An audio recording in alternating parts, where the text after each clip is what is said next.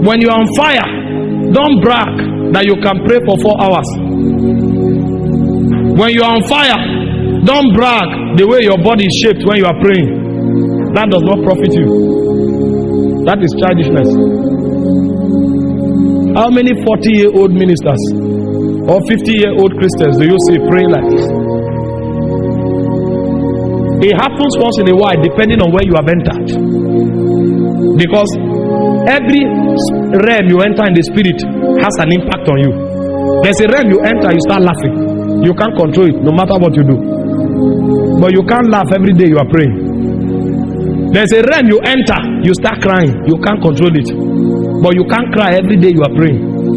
There's a realm you enter, you start shouting like a madman. But you can't shout every day you are praying. There's a realm you enter, the intensity there will burn you so much that it will squeeze you. But you can't be squeezed every day you are praying. There's a realm you enter, you can't stand, you will run. But you can't be running every day you are praying. So when you find a mature believer, he doesn't hold the posture, he finds the realm. It's the realm that determines the operation. Young people won't like it because they enjoy what they are doing. You continue like that after 10 years, you will know the difference. Hope you know we didn't appear here.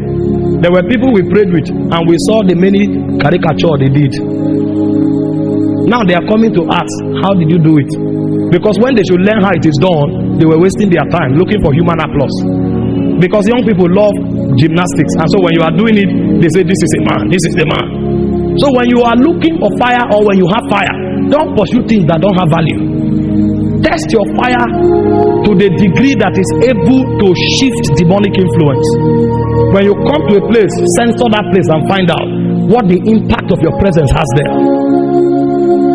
When you have fire, check the weight that your prayer commands.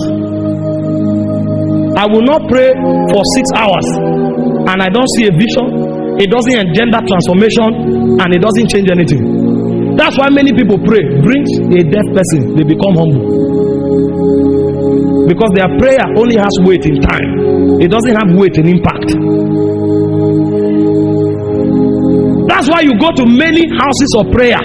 People's destinies are wrecked.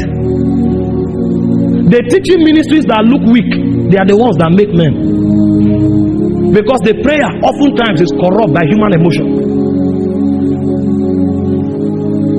Go and find most of the generals and most of the places where great things are happening. They sit them down and teach them truth.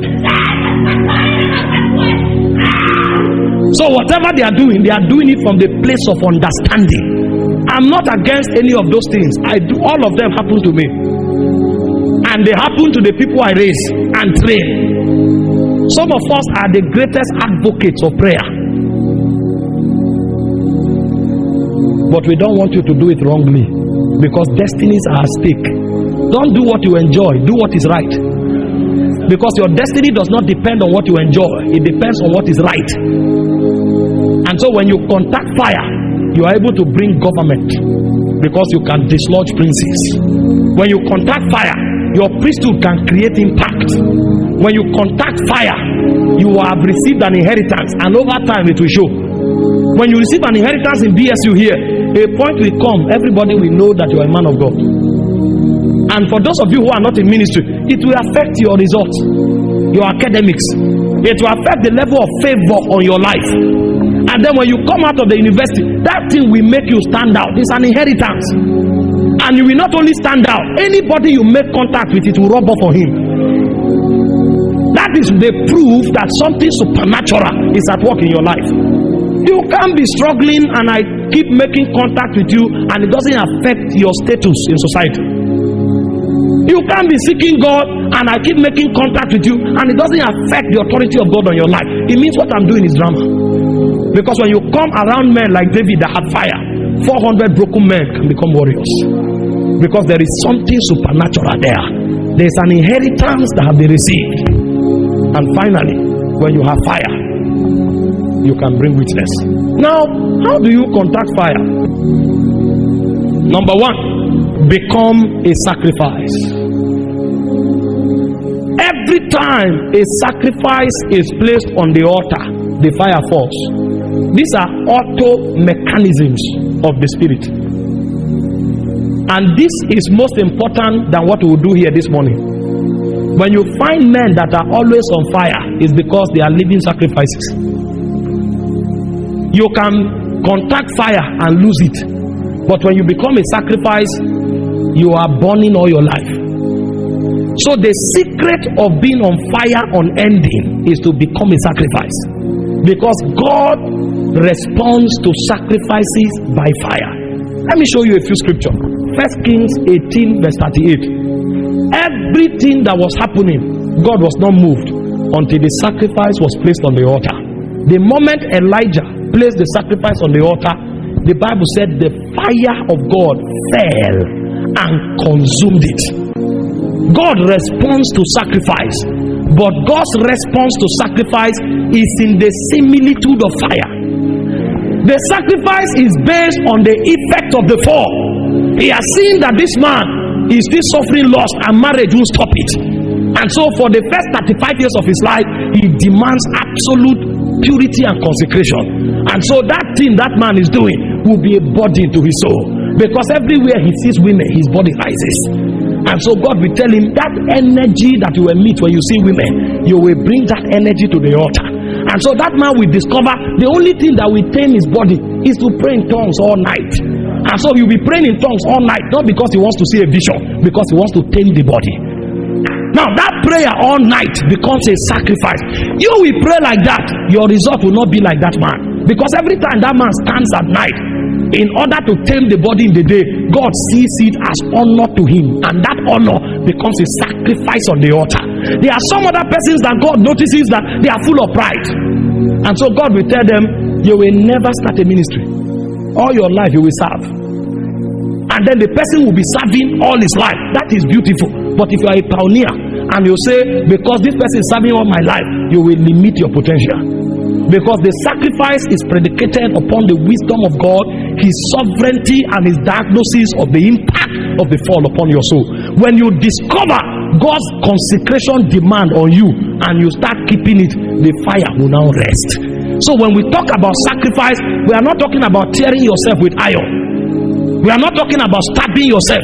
When we talk about sacrifice, we are talking about dogged commitment to consecration. God can choose you by his sovereignty. You don't need to do anything, but they know for God to walk with you, you need to do everything. You will give everything it takes for God to walk with you.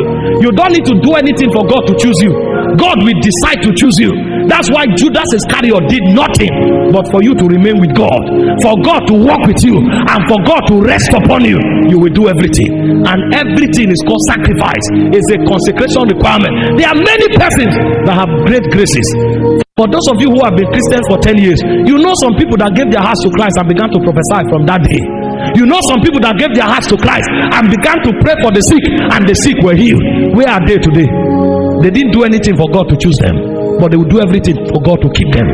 The keeping of God is the fire of the Holy Spirit, and it resonates on consecration. There's a realm you enter where your revelation no longer counts.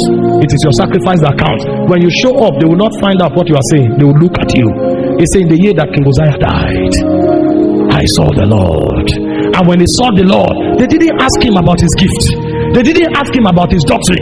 They looked upon him and they found out that the man was a man of unclean lips. And so because there was no sacrifice to tame his tongue, his authority as a prophet was about to be taken up. But because of mercy, his tongue was purged. Somebody will be purged tonight. And the way you will be purged is that those consecrations you violated 3 years ago, God will reenact it. There were some of you who came on campus here, God told you, until you walk out, you will never have a girlfriend. There are some of you, God told you, until you walk out, you will never tell anybody I love you. But all your friends in 200 level began to boast with boyfriends and girlfriends. They began to change ribbons. They began to fix eyelashes. And when they asked you, when you asked them, they said their boyfriends gave them. You now started feeling lonely. That loneliness will be your sacrifice. And so when you feel lonely, you will present that loneliness to God. And as you present that loneliness to God, when the oracles of God appear, God will see that as a sacrifice and he will rest upon you. There are many of you here, God told you, you will not cheat, because he doesn't need your certificate for your destiny. He needs your witness for your destiny.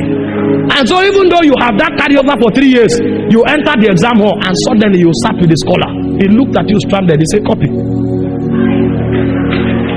You will look at the answer, but you will also look at your destiny.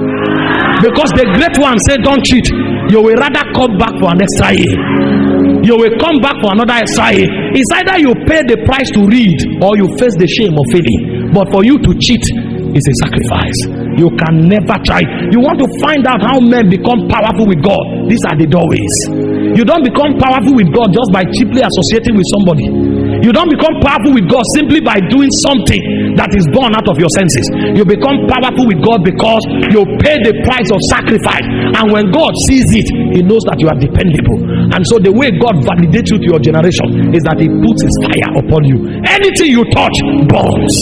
And it is the flame that burns that your generation celebrates. No generation celebrates the face of a man. Every generation celebrates the kind of flame that comes out of you. There are those that carry the flame of purity. There are those that carry the flame of power. There are those that carry the flame of influence. There are those that carry the flame of gifts of the Spirit. God will keep burning upon them, and their generation will surround them celebrating. You want to carry fire, you must make up your mind to accept the demands of sacrifice.